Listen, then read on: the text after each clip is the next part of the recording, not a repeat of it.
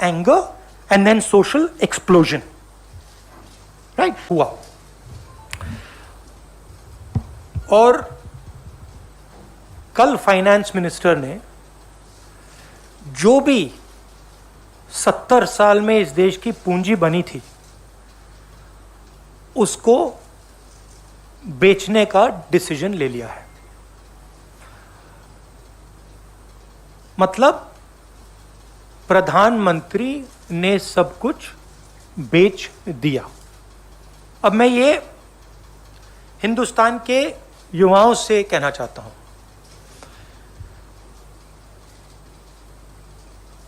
आपके हाथ से रोजगार छीना, कोरोना में आपकी मदद नहीं की, आपके जो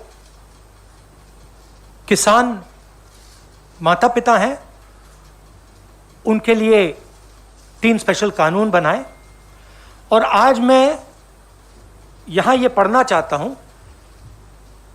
कि प्रधानमंत्री अपने मित्रों को हिंदुस्तान का क्या क्या बेचकर दे रहे हैं।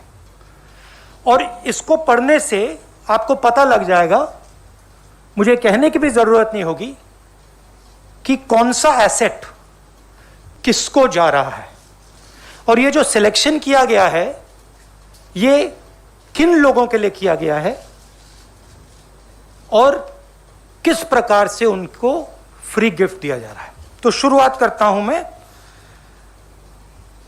रोडवेज। 1.6 लाख करोड़ रुपीस का गिफ्ट 26,700 किलोमीटर नेशनल हाईवेज।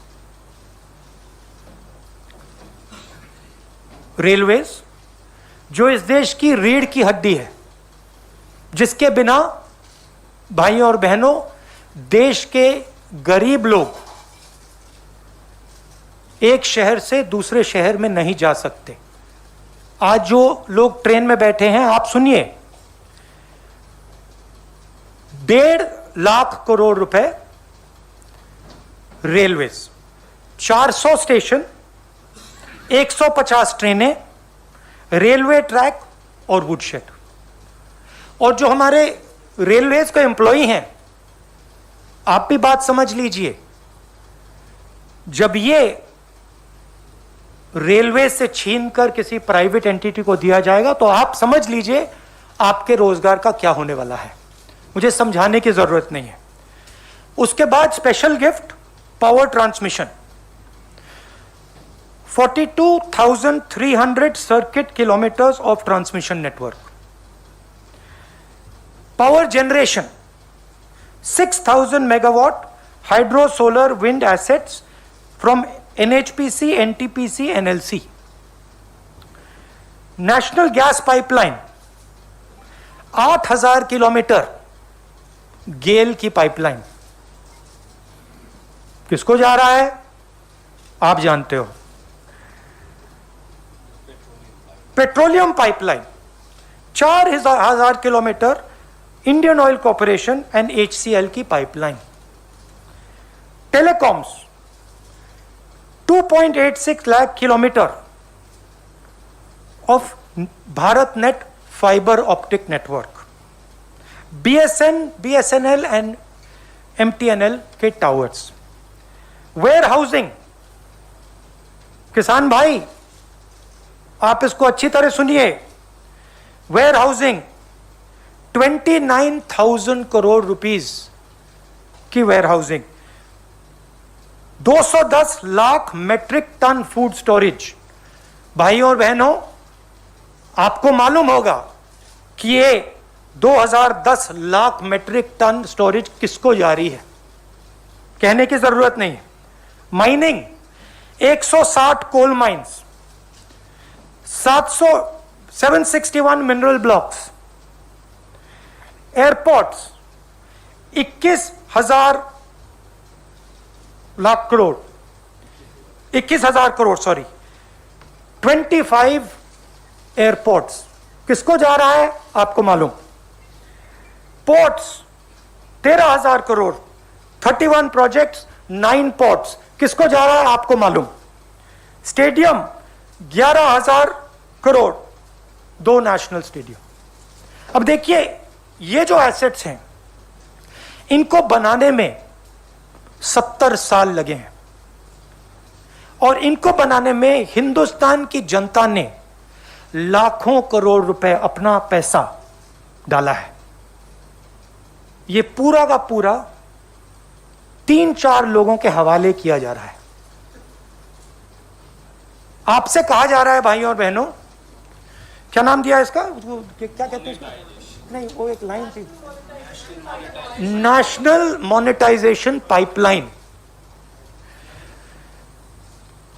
ये आपका भविष्य है। ये जो आपका भविष्य है इसको बेचा जा रहा है, इन 3-4 उद्योगपतियों को गिफ्ट दी जा रही है। रियलिटी है। हम प्राइवेटाइजेशन के खिलाफ नहीं है। हमारा प्राइवेटाइजेशन का लॉजिक था। लॉजिक मैं आपको बता देता हूं। सबसे पहले जो स्ट्रेटेजिक इंडस्ट्रीज हैं उनको प्राइवेटाइज नहीं करा जाता था। इसमें से रेलवेज स्ट्रेटेजिक इंडस्ट्री हम मानते थे। स्ट्रेटेजिक क्योंकि ये हिंदुस्तान की रीढ़ की हड्डी है। स्ट्रेटेजिक क्योंकि ये लाखों करोड़ों लोगों को ट्रांसपोर्ट देती है। स्ट्रेटेजिक क्योंकि इसमें बहुत सारे लोगों को एम्प्लॉयमेंट मिलता है, इसलिए स्ट्रेटेजिक। दूसरी बात, जो इंडस्ट्रीज क्रॉनिकली लॉस मेकिंग होती थी उनको हम प्राइवेटाइज करते थे। जिन कंपनीज के पास मिनिमल मार्केट शेयर होता था उनको हम प्राइवेटाइज करते थे और उस सेक्टर में हम प्राइवेटाइज करते थे जहां पे प्राइवेट सेक्टर की मोनोपोली की रिस्क हो। मतलब अगर सरकारी कंपनी मोनोपोली को रोक सके तो हम उसको प्राइवेटाइज नहीं कर सकते।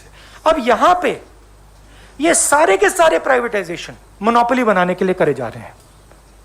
सारे के सारे मैंने आपको नाम दिया है, power, telecoms, warehousing, mining, airports, ports, ये सब मोनोपोली बनाने के लिए किया जा रहा है।